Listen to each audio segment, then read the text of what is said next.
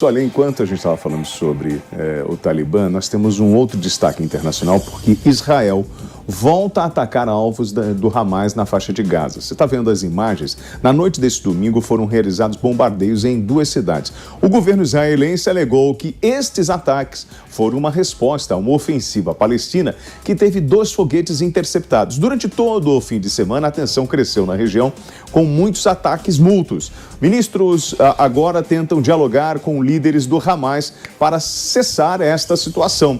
Nós vamos aproveitar e vamos entender um pouco mais do conflito e o que pode ser feito neste exato momento para a gente poder acabar com essa... Será que isso um dia vai terminar? Nós vamos conversar agora para falar desse conflito que acontece na faixa de Gaza com o especialista em assuntos do Oriente Médio, Samuel Fieldberger. No mundo ideal, em pleno 2021, a gente imagina que as pessoas vão sentar e vão dialogar, vão apresentar os seus argumentos, vão fazer política. Mas fazer política com um grupo radical é praticamente impossível. Será que um dia nós encontramos um meio de campo ali na faixa de Gaza? O velho ditado diz que a esperança é a última que morre. E estamos tratando basicamente de expectativas e de esperanças de, eventualmente, em algum momento, haver uma solução para esse conflito, o que é muito difícil nesse caso, porque, como você bem colocou, estamos falando de um grupo radical que nega o direito de Israel à existência. Então, o governo israelense, mesmo um governo agora mais equilibrado do que o governo do primeiro-ministro Netanyahu, que se alegava era um governo de direita, mesmo esse governo que inclui agora um partido árabe e partidos da esquerda israelense, não tem um parceiro com quem dialogar, e o máximo que o Hamas propõe é uma trégua de longo prazo que eles costumam romper de tempos em tempos. Então, esse governo, que é um governo israelense percebido como relativamente frágil, porque tem que contar com membros de uma coalizão muito ampla, ele se propôs a reagir às provocações do Hamas com uma rigidez muito maior do que o governo anterior. Então, não é suficiente que um foguete seja lançado pelo Hamas e caia em alguma área que pode causar um dano. O fato de o Hamas lançar foguetes contra o território israelense já leva a uma retaliação. O fato de o Hamas lançar bombas incendiárias ou balões incendiários contra o território israelense leva a uma retaliação. Mas, por outro lado, também tem havido movimentos no sentido contrário. Quando há calmaria na fronteira entre Israel e a faixa de Gaza, os pescadores palestinos conseguem avançar no Mediterrâneo para ampliar a sua área de pesca, a entrada de materiais que são considerados materiais que podem eventualmente ser utilizados pelo Hamas para a construção de túneis, mas deveriam ser utilizados na reconstrução das áreas destruídas em Gaza. Também essa entrada de materiais é permitida. Então, o governo israelense, de certa maneira, está mandando permanentemente uma mensagem para o Hamas: se vocês mantiverem a calma e a paz na fronteira, as condições de vida dos palestinos na faixa de Gaza vão melhorar, mas o Hamas vive do conflito e, portanto, de tempos em tempos tem que tomar essas atitudes belicosas de lançar foguetes e balões incendiários contra o território. Aproveitando a tua fala, nessa tribuna virtual onde acontece essa negociação, na verdade, de um lado e do outro, você tem o seguinte: olha, você me respeita pelo mal que eu posso fazer a você, porque eu tenho essa força. Como o mundo pode intervir nesta tribuna virtual e que figura é essa no mundo capaz de criar essa comunicação e amenizar? Porque nós já vimos vários personagens ao longo dos anos tentando fazer essa intermediação, mas fica difícil, porque a qualquer momento isso quebra. Sim, você já deu a resposta para a tua própria pergunta. No passado, houve eventos bem-sucedidos de intermediação, o caso da paz com o Egito, o caso da paz com a Jordânia, os acordos de Abraão, que agora estão celebrando um ano, mas o segredo para esses acordos é a disposição dos dois lados para evitar o conflito, para eliminar as condições do conflito. Isso, infelizmente, não existe na relação entre o Hamas e Israel, portanto, não adianta haver uma intervenção de fora com a maior boa vontade possível, enquanto as partes não estão determinadas a chegar a um acordo. Talvez agora, com o novo governo americano, a autoridade palestina se encaminhe nessa direção, mas, mais uma vez, sempre temos a presença de grupos como o Hamas e a Jihad Islâmica dispostos a boicotar e torpedear esse tipo de iniciativas. Professor, há 2 dias nós tivemos as celebrações do dia 11 de setembro, né, que completou 20 anos dos ataques. Como que 20 anos depois a gente pode analisar essa dinâmica geopolítica justamente nessa região?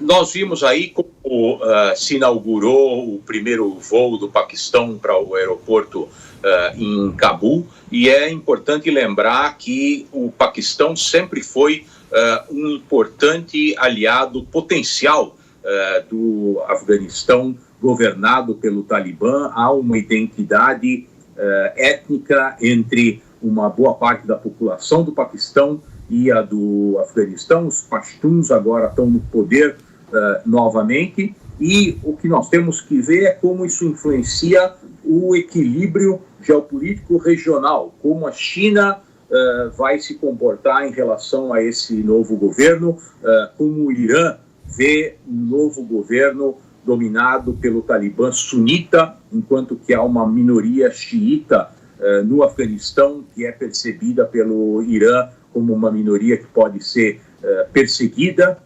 Todos esses elementos dependem agora de como esse governo do Talibã vai se comportar. O fato de estar havendo um voo com uma grande maioria de funcionários estrangeiros deixando o Afeganistão não é um indício de que as coisas estão melhorando.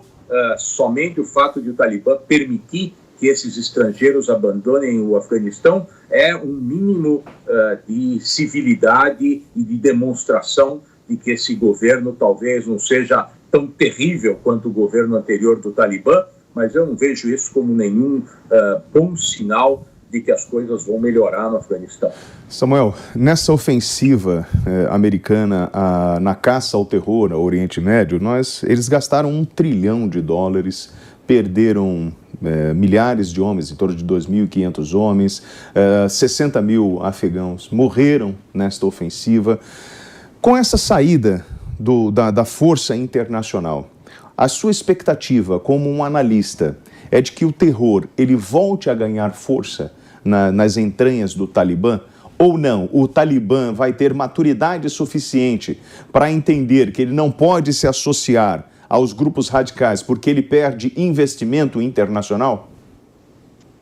Sem dúvida nenhuma. O Talibã está muito preocupado com a resposta da China, por exemplo, que prometeu importantes investimentos na exploração de minérios e matérias-primas no Afeganistão, e, ao mesmo tempo, está muito preocupada com a capacidade de o Talibã afetar a minoria uigur muçulmana na região fronteiriça da China, e que poderia certamente ser influenciada por um empoderamento de grupos terroristas que veriam no Talibã um elemento de apoio. Isso já está acontecendo ao redor do mundo. Elementos muçulmanos do Cáucaso no território da Rússia começam a se empoderar e achar que vão poder contar com o apoio do Talibã. Mesmo organizações como o Hezbollah no Líbano e o Hamas na faixa de Gaza agora veem a saída do Afeganistão como a eliminação de uma ameaça dos Estados Unidos na fronteira do Irã, portanto, o Irã tem maior capacidade de atuação na região.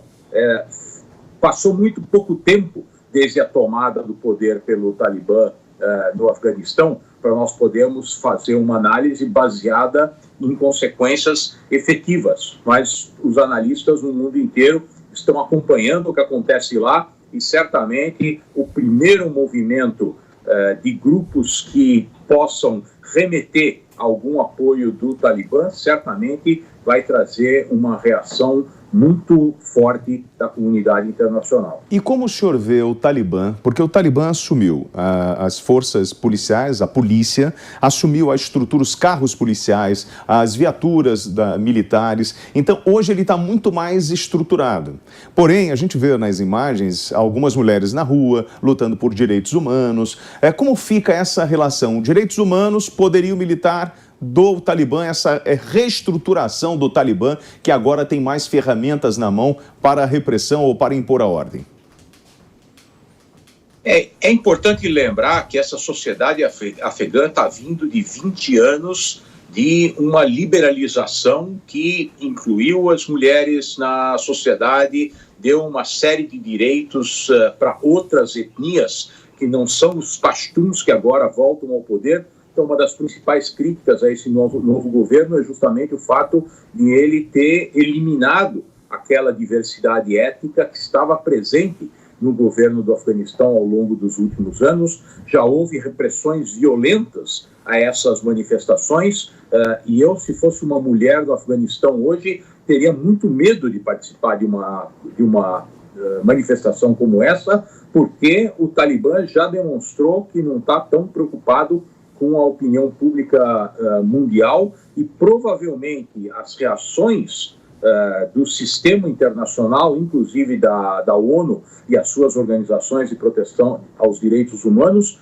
vão ser muito menos enfáticas para proteger a população do Afeganistão e vão se engajar muito mais na preocupação de que o Talibã não apoie organizações terroristas que atuem fora do território afegão. Então, eu esperaria que houvesse alguma repressão muito mais forte do governo do Talibã a essas manifestações. Talvez, num primeiro momento, eles estejam preocupados com a presença ainda da mídia internacional. Nós estamos vendo aí nas imagens da manifestação fotógrafos tirando fotos. Talvez, em alguns meses, o Talibã tenha saído do foco da imprensa internacional e não se preocupem em reprimir violentamente esse tipo de manifestações. E, mais uma vez, eu digo aqui claramente para os nossos telespectadores, a história nos mostra que o mundo não reage a essa repressão. Infelizmente, esses elementos da sociedade civil afegãs provavelmente vão estar abandonados à sua própria sorte. Nos microfones da Jovem Pan, Samuel Fidberg e sua análise. Ele, como professor de Relações Internacionais da USP. Muito obrigado pela gentileza da entrevista. Tenha uma ótima semana, Samuel. É sempre um prazer participar do programa de vocês. Obrigada, professor. Obrigado.